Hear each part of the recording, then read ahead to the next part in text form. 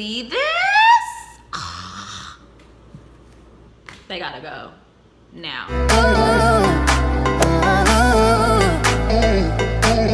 What's up, you guys? Welcome back to my channel. If this is your first time here, I am Unique. Make sure you go ahead and hit the subscribe button on your way out so that you don't miss out on any more videos like these.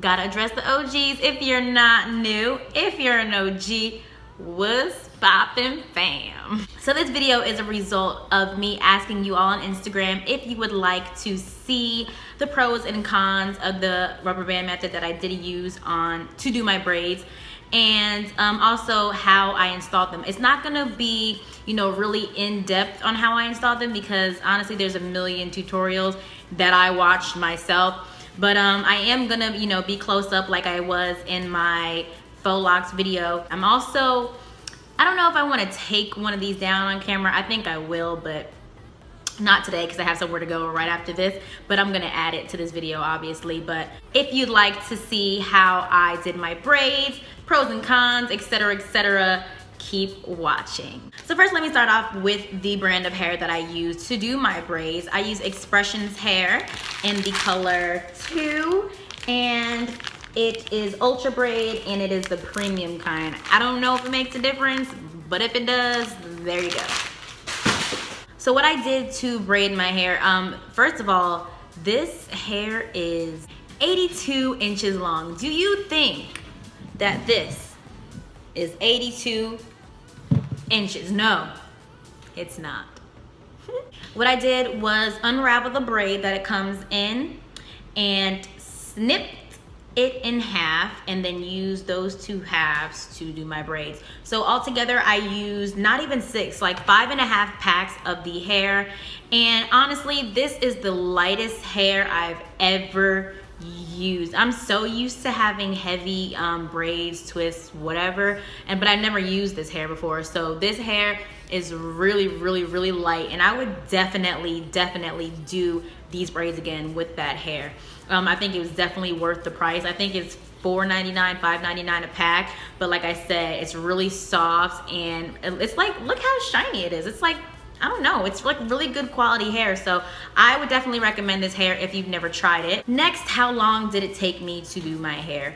I'm a girl who likes to take breaks. So let's say if I didn't take any breaks, it would have only taken me like 6 to 8 hours. I mean, that sounds like a long time, but when you're not paying anybody to do your hair and you're taking your time to make it neat, then I guess it's worth it, especially since you're gonna be keeping it for however long you want to keep it. I've only had mine in for like a month and a half. Like, as you can see, my hair, can you even see that? It's just getting so frizzy, and but honestly, it's not because of the hair, it's because of me personally. I have not been sleeping with a satin scarf, a satin pillowcase, nothing on my hair. I just tie it up, tie it back, and lay down and go to sleep. So that's on my part. I could have taken better care of the hair to make it last longer, but honestly, I wasn't really intending on keeping it that long because I wanted to go to the next protective style that I have for you guys. I wasn't really pressed about sleeping with a scarf on. Honestly, I don't think it's even that bad for me to not have been sleeping with a satin bonnet. I don't know, I just think it's gotten to a point where it's like, they gotta go. So into the technique of me braiding and rubber banding my hair, I will put a split screen or either just put a pop-up screen somewhere as I'm talking. But what I did was I proceeded to part my hair into all the sections that it would be parted into. I didn't have a mirror. I was just doing U-shaped parts. I'm not a fan of the triangle parts. Like, it's just, I don't think that's really flattering. Sorry. I like for my braids to fall in line, so that's why I don't really like box braids either, because I feel like when you have box braids,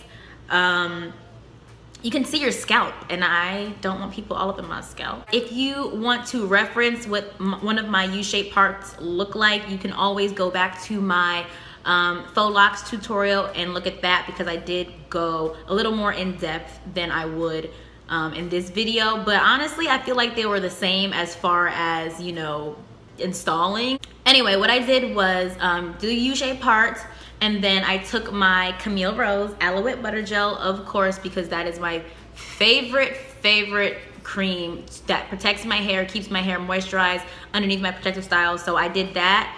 I added that to my hair, and then at my scalp, at the base of the section, I did Eco Styler Gel to keep it, you know, like looking neat. So after that, I combed it out with a Denman brush to make sure it's all detangled, and then I went ahead and wrapped the rubber band around that section and moved on to the next section. So yes, I did all of the sections first before installing the braids. I feel like that made it, you know, it cut the time down, and it definitely made it easier to install again. So the pros and cons of this style for me, number one of the pros would be the amount of time that it took for me to do this, because if you watched my Goddess Locks tutorial, it took me 3 days to finish my hair. This literally only took me a day. And I'll show you also the amount of hair that I used, because they were kind of thick, but not really at the same time. Like, I just really love the thickness of these braids, and I feel like they're super cute. But like I said, the pros, it didn't take me long to install. The hair is lightweight, the hair that I use. Of course, you know, you're giving your hair a break, you're protecting your hair. Another pro is that it's so easy to just section your hair, and I feel like it's very beginner friendly when it comes to braiding. If you know how to braid, but you're not really that confident about adding hair in, I feel like this is very beginner friendly. And if you ever try this, you could really get the hang of braiding much easier, because when you don't have the rubber bands holding the section together for you, you know, your hair can kind of just get lost in the braiding hair, and then you can just be kind of just jumbling all together, not knowing what you're doing. So this kind of like, you know, chopsticks. This is the stupidest reference ever, but you know, like when you go to hibachi restaurants when you're a kid and they put like the rubber band over the chopsticks to make it easier for you to grip. Like, I feel like it's kind of like that. It's just so much easier for you to grip and then just keep going. Like, you don't even have to worry about anything. And then like the hair also kind of grips to the rubber band itself. So it's like I haven't had any almost slipping out hair, none of that. So I feel like that's really a good pro for the rubber band method. So now on to the cons. I don't have many personally, because I did moisturize my hair a lot and kept my hair moisturized. So the rubber bands kind of like slip out of my, like, not slip out obviously, because I just said that the braids cling on, but like when you take the braids out and get ready to undo the rubber band around your scalp, it kind of just glides out. Like, I personally do not just pull out the rubber band when I take the braids out. I take a scissors and I snip where it is, and then it unravels, and then that's it. But if you're not careful, if you're a little careless or a little impatient and you just want to take them out, hurry up, whatever, then you could kind of damage your hair with the rubber bands. Why do I keep saying rubber band like that? Rubber band, rubber band, rubber band, rubber band, rubber band.